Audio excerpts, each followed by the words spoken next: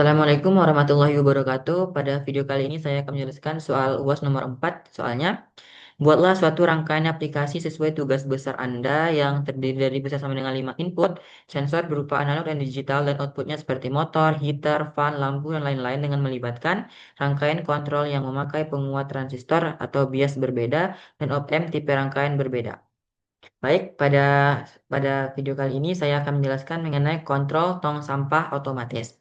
Jadi, TB saya itu judulnya kontrol tong sampah otomatis, di mana saya menggunakan 6 input sensor. Ada sensor MQ2 sebagai sensor gas, ada sensor kelembaban yaitu HIH5030, ada sensor infrared sebagai sensor jarak, ada sensor PIR untuk mendeteksi gerakan tangan manusia, dan ada juga eh, sensor jarak untuk ketinggian tong sampah. Nah, untuk GP2D12 sebagai sensornya, dan ada juga sensor load cell yaitu ketika sampahnya sudah mencapai 5 kilogram nanti dia tuh nggak berfungsi, dan ada yang kurang dari 5 kilo nanti yang berfungsi rangkaian itu lagi. Jadi ada dua rangkaian, dua kemungkinan. Jadi untuk satu sensor dua output saya menggunakan GP2D, dan dua sensor satu output yaitu saya menggunakan sensor PIR sensor gas.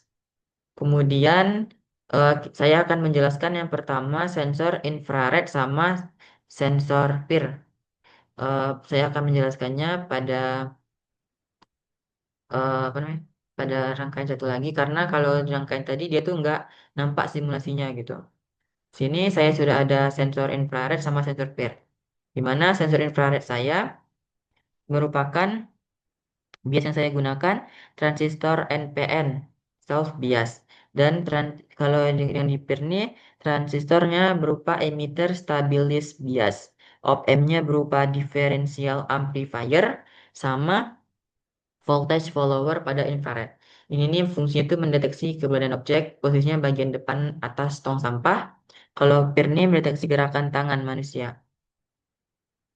Di sini terlihat bahwa outputnya berupa motor dan ada logic state-nya. Mereka tuh satu kesatuan gitu. Ketika ada nampak gerakan tangan manusia, maka dia ini langsung deteksi gitu keberadaan objeknya di mana. Coba kita running. Di sini kan ketika dia 0 pasti off. Ketika dia satu maka dia akan on. Untuk tegangan keluarannya, voltage follower ini ACL dengan V output dibagi V input sama dengan satu. Untuk detektor untuk differential amplifier, V outputnya sama dengan V output dari non inverting amplifier dikurang V output inverting amplifier. Untuk di sini sudah aktif semuanya. Sekian penjelasan dari saya mengenai sensor infrared dan sensor PIR. Saya akan lanjutkan pada penjelasan sensor berikutnya. Assalamualaikum warahmatullahi wabarakatuh.